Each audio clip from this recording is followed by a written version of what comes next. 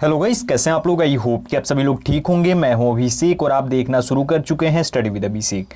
तो गाइस, काफ़ी टाइम से आप लोगों की डिमांड थी कि साइंस शुरू करो सर, साइंस शुरू करो। तो अभी से मैंने साइंस के क्वेश्चंस जो है शुरू कर दिए हैं।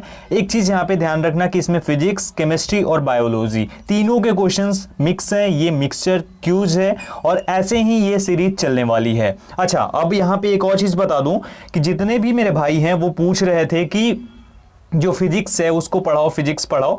गाइस, मैं चाहता हूं कि वैकेंसी आ जाए, वैकेंसी के बाद फिजिक्स को इस तरीके से आपको पढ़ाऊंगा पूरा। ऐसा नहीं कि सिर्फ ये क्विज टाइप का एमसीक्यूज ही करवाऊंगा, पूरा फिजिक्स को अच्छे से पढ़ाऊंगा चैप्टर वाइज और अच्छे तरीके से। तो उसके लिए मैं लगा हुआ हूं, थोड़ा टाइम आपको वेट करना होगा। जैसे ही वैकेंसी आती है हम लोग शुरू कर देंगे। इस बार धुआं कर देंगे, जॉब लेना है। इस बार इंडियन नेवी की, इंडियन एयरफोर्स की वैकेंसी जल्दी ही रिलीज की जाएगी, तो बस थोड़ा टाइम वेट कर लो, खासकर इंडियन नेवी वालों। चलो अभी शुरू करते हैं और पहले सवाल को हम लोग देखेंगे। इसके लिए एक प्रॉपर प्लेलिस्ट भी मैं बना दूंगा, तो वहां से आप डेली जो क्वेश्चन अपलोड करूंगा वो आप देख सकेंगे। अब ये मत पूछना कितनी सीरीज होगी, मतलब सीरीज में कितने वीडियोज आएंगे, ये मैं भी नहीं जानता हूं कि कितने वीडियोस आने वाले हैं। चलो अब शुरू करते हैं। पहला सवाल देखते हैं। पहला सवाल है, मानव मस्तिष्क में वृद्धि का केंद्र है। Where is the centre of growth in the human mind. यानी हमारा जो माइंड है वहां पे वृद्धि का केंद्र कौन सा है। सेरिबेलम, सेरेब्रम, मेडुला ऑब्लांगेटा और इनमें से कोई नहीं। करेक्ट आंसर हमारा हो जाएगा ऑप्शन नंबर बी, यानी सेरिब्रम। सेरिब्रम जो है ये हमारी जो मस्तिष्क है उसमें वृद्धि का केंद्र है। Cerebrum is the centre of growth in the human mind, याद रखिएगा। ठीक है, दूसरा सवाल, अरक्तता किसकी कमी से होती है। Anaemia occurs due to lack of what. Haemoglobin, iodine, vitamin C और विटामिन डी। करेक्ट आंसर यहां पे हो जाएगा ऑप्शन नंबर ए, यानी कि हीमोग्लोबिन। हीमोग्लोबिन की कमी से अरक्तता हो जाती है, यानी एनीमिया हो जाता है। ये क्या होता है, इसमें ब्लड की कमी हो जाती है, हमारी बॉडी के अंदर ब्लड कम हो जाता है। और ये क्यों होता है, हीमोग्लोबिन की कमी से। ठीक है, हीमोग्लोबिन कम रहेगा तो आपके अंदर ब्लड की कमी हो जाएगी। ठीक है, याद रखिएगा। आगे बढ़ते हैं। मानव त्वचा का रंग बनता है। Human skin colour is formed by haemoglobin, rhodopsin, melanin और प्रोटीन। करेक्ट आंसर इसके लिए हो जाएगा ऑप्शन नंबर सी, यानी कि मेलानिन। मानव त्वचा जो है उसका रंग जो बनता है वो मेलानिन की वजह से बनता है। Human skin colour is formed bye melanin, याद रखिएगा इसका नाम मेलानिन है और ये बहुत महत्वपूर्ण है हमारी त्वचा के लिए। आगे बढ़ते हैं। एक ध्वनि तरंग जब किसी माध्यम से होकर गुजरती है तो इसमें क्या अपरिवर्तित रहता है। When a sound wave passes through a medium, what remains unchanged in it. आवृत्ति, गति, तरंग दैर्घ्य और आयाम। करेक्ट आंसर इसके लिए हो जाएगा हमारा ऑप्शन नंबर ए, यानी कि आवृत्ति। एक ध्वनि तरंग जब किसी माध्यम से होकर गुजरती है तो इसमें जो आवृत्ति है यानी फ्रीक्वेंसी है वो अपरिवर्तित रहती है। A sound wave passes through a medium, the frequency remains unchanged in it. तो जब भी ध्वनि तरंग किसी माध्यम से गुजरेगी तो उस टाइम पे आवृत्ति जो है वो अनचेंज्ड रहेगी, अपरिवर्तित रहेगी। गाइस, एक और चीज बता दूं, साइंस और जीके के लिए लाइव क्लासेस के लिए जो नया चैनल क्रिएट किया था उसका लिंक डिस्क्रिप्शन में है और जल्दी ही लाइव क्लासेस वहां भी शुरू हो जाएंगी। आगे बढ़ते हैं। पांचवा सवाल, निम्न में से किस उत्प्रेरक का उपयोग वनस्पति तेलों के हाइड्रोजनीकरण में किया जाता है। Which of the following catalyst is used in hydrogenation of vegetable oils. चांदी, सोडियम क्लोराइड, जिंक और nickel. Correct answer option number D हो जाएगा, यानी निकेल। निकेल जो है इसका उपयोग वनस्पति तेलों के हाइड्रोजनीकरण में किया जाता है। याद रखिएगा किसका, निकेल का। ये बहुत महत्वपूर्ण क्वेश्चन है और सभी सवाल बहुत महत्वपूर्ण है। अगला सवाल, आयाम का एसआई पद्धति में मात्रक क्या होता है। What is the unit in the SI method of amplitude. Joule, kelvin, metre और इनमें से कोई नहीं। Correct answer option number C हो जाएगा, यानी कि मीटर। आयाम का एसआई पद्धति में जो मात्रक होता है वो मीटर होता है। ठीक है, मीटर होता है, याद रखिएगा। आगे बढ़ते हैं। उस ग्रंथि का नाम बताएं जो अन्य अंतःस्रावी ग्रंथियों के कार्य को नियंत्रित करती है। Name the gland that controls the function of other endocrine glands. अग्नाशय, पीयूषिका ग्रंथि, पीनियल ग्रंथि और एड्रिनल ग्रंथि। करेक्ट आंसर इसके लिए हमारा हो जाएगा ऑप्शन नंबर बी, यानी कि पीयूषिका ग्रंथि। ये जो पीयूषिका ग्रंथि है ये क्या करती है, ये अंतःस्रावी ग्रंथियों के कार्य को नियंत्रित करती है। Pituitary gland is the gland that controls the function of other endocrine glands. याद रखिएगा। आगे बढ़ते हैं। एलपीजी सिलेंडर के रिसाव होने पर निकलने वाला दुर्गंध किस कारण से होता है? प्रोपेन, ब्यूटेन, इथाइल मरकैप्टेन और उपरोक्त सभी। करेक्ट आंसर इसके लिए हो जाएगा हमारा ऑप्शन नंबर सी, यानी कि इथाइल मरकैप्टेन जो है, इसी की वजह से एलपीजी सिलेंडर के रिसाव होने पर जो दुर्गंध निकलता है वो निकलता है। ओके गाइस, अगले सवाल की ओर बढ़ते हैं। अगला सवाल हमारा है, सोना किस अम्ल में घुलता है? नाइट्रिक अम्ल, एसिटिक अम्ल, अम्लराज और सल्फ्यूरिक अम्ल। करेक्ट आंसर हो जाएगा ऑप्शन नंबर सी, यानी कि अम्लराज। अम्लराज किसे बोलते हैं ये आप लोग कमेंट सेक्शन में कमेंट करके बताएंगे। सोना जो है इसी में घुलता है, किसमें? अम्लराज में। आगे बढ़ते हैं। 10th क्वेश्चन है हमारा, एंजाइम क्या होता है? What is an enzyme? वसा, शर्करा, विटामिन और प्रोटीन। करेक्ट आंसर हो जाएगा ऑप्शन नंबर डी, यानी कि प्रोटीन। जो ये एंजाइम है ये क्या होता है? ये प्रोटीन होता है। Protein is an enzyme. आगे बढ़ते हैं।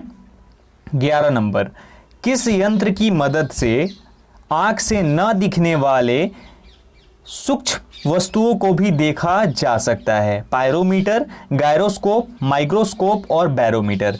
Correct answer option number C हो जाएगा, यानी कि माइक्रोस्कोप। माइक्रोस्कोप जो है इसकी मदद से जो चीज़ें नहीं दिखती हैं उसे भी आप देख सकते हैं। किसकी मदद से? माइक्रोस्कोप की मदद से। आगे बढ़ते हैं।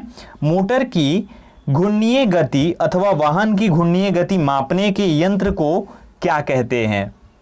अमीटर, टैकोमीटर, एनीमोमीटर और इनमें से कोई नहीं। करेक्ट आंसर इसके लिए हो जाएगा हमारा ऑप्शन नंबर बी, यानी कि टैकोमीटर बोलते हैं जो उपकरण या फिर यंत्र जो है वो मोटर घूर्णीय गति या फिर वाहन की घूर्णीय गति मापता है। Tachometer is the rotational speed of a motor और rotating speed measuring device of a vehicle. आगे बढ़ते हैं। संसार की सबसे छोटी कोशिका का क्या नाम है? What is the name of the smallest cell in the world? तो सबसे छोटी कोशिका पूछा जा रहा है। माइक्रोप्लाज्मा, रुधिर कोशिका, ग्रेन्यूल कोशिका और इनमें से कोई नहीं। Correct answer option number A हो जाएगा, यानी कि माइकोप्लाज्मा बोलते हैं संसार की सबसे छोटी कोशिका को। ठीक है, उसका नाम क्या है? माइकोप्लाज्मा। आगे बढ़ते हैं। भारहीनता की अवस्था में एक मोमबत्ती ज्वाला का आकार हो जाएगा। In the state of weightlessness will a candle become a flame? अधिक लंबा, अधिक छोटा, गोलाकार और असमान। Correct answer option number C हो जाएगा, यानी गोलाकार। अगर भारहीनता होती है तो उस अवस्था में एक मोमबत्ती ज्वाला का जो आकार है वो कैसा हो जाएगा? गोलाकार हो जाएगा, यानी राउंड शेप का हो जाएगा। किस टाइप का? राउंड शेप का। अगला सवाल, विद्युत चालकता का मात्रक क्या होता है? महो, ओम, वेबर और जूल। करेक्ट आंसर इसके लिए हो जाएगा ऑप्शन नंबर ए, यानी महो। महो होता है विद्युत चालकता का मात्रक। अब यहां पे ध्यान रखिएगा गाइस कि इसे हम साइमंस भी बोलते हैं, इससे भी सूचित करते हैं और इसे साइमंस बोलते हैं। और ये जो है ये विद्युत चालकता की व्युत्पन्न इकाई है। क्या है? व्युत्पन्न इकाई है। यह ओम जो होता है ना, ये ओम जो ऑप्शन बी है, इसका जो है प्रतिलोम होता है, यानी कि उल्टा होता है। ठीक है, तो इसे MHO यानी कि मोहो भी बोलते हैं और साथ ही साथ साइमंस भी बोलते हैं। याद रखिएगा, मे बी साइमंस ही ऑप्शन में आ जाए तो आप साइमंस पे क्लिक कर देना। आगे बढ़ते हैं। कौन सा हार्मोन लड़ो और उड़ो हार्मोन कहलाता है? Which hormone is called fight and fly hormone? Adrenaline, insulin, oxytocin और इनमें से कोई नहीं। Correct answer option number A हो जाएगा, यानी कि एड्रीनेलिन। ये जो है ये हार्मोन है जो कि लड़ो और उड़ो हार्मोन के नाम से भी जाना जाता है। आगे बढ़ते हैं 17 नंबर क्वेश्चन। रेडियो एक्टिवता के दौरान निम्न में से किन किन किरणों का उत्सर्जन नहीं होता? अल्फा किरणें, बीटा किरणें, गामा किरणें और कैथोड किरणें। करेक्ट आंसर हो जाएगा ऑप्शन नंबर डी, यानी कि कैथोड किरणें जो हैं ये रेडियो एक्टिवता के दौरान उत्सर्जन नहीं होता है इनका। ये कैथोड किरणों का उत्सर्जन नहीं होता है रेडियो एक्टिवता के दौरान। ठीक है, रेडियो एक्टिविटी के दौरान इनका जो है इमिटेड नहीं होती हैं ये। ओके, आगे विज्ञान की किस शाखा में जीवाश्मों का अध्ययन किया जाता है? In which branch of science are fossils studied? Palaeontology, अनुवांशिकी, एंटमोलॉजी और इनमें से कोई नहीं। करेक्ट आंसर हो जाएगा इसके लिए ऑप्शन नंबर ए, यानी पेलियोएंटोलॉजी। ये जो है इसी शाखा में जीवाश्मों का अध्ययन किया जाता है, फॉसिल्स का स्टडी किया जाता है पेलियोओंटोलॉजी में। Okay, option number A correct हो जाएगा। नेक्स्ट है हमारा 19 नंबर। निम्न में ईंधनों में से कौन सा ईंधन न्यूनतम पर्यावरणीय प्रदूषण उत्पन्न करता है? Which of the following fuels produces the least environmental pollution? Petrol, diesel, hydrogen और कोयला। करेक्ट आंसर हो जाएगा इसके लिए ऑप्शन नंबर सी, यानी कि हाइड्रोजन। हाइड्रोजन जो है ये सबसे कम, पेट्रोल से भी, डीजल से भी और कोयला से भी, इन तीनों से कम या फिर ऐसा बोले कि न्यूनतम पर्यावरणीय प्रदूषण उत्पन्न करता है, यानी बहुत ही ज़्यादा कम इन्वायरमेंटल पॉल्यूशन उत्पन्न करता है। ओके, नेक्स्ट, पेट्रोल की गुणवत्ता किससे अभिव्यक्त की जाती है? The quality of petrol expressed by what? Octane संख्या, सीटेन संख्या, कैरेट और इनमें से कोई नहीं।